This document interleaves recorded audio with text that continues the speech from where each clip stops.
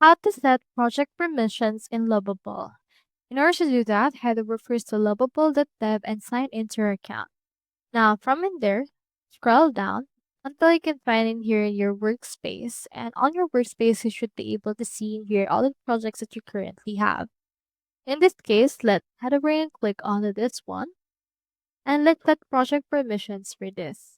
So by project permissions, we're actually referring to the actual people that will get access for this particular project. To do that, click onto this invite option and then you can click onto this invite by email and then type in here their email. So as you can see under the pro plan, you will have control for the permission that you will give. So in here, you can set the project permissions.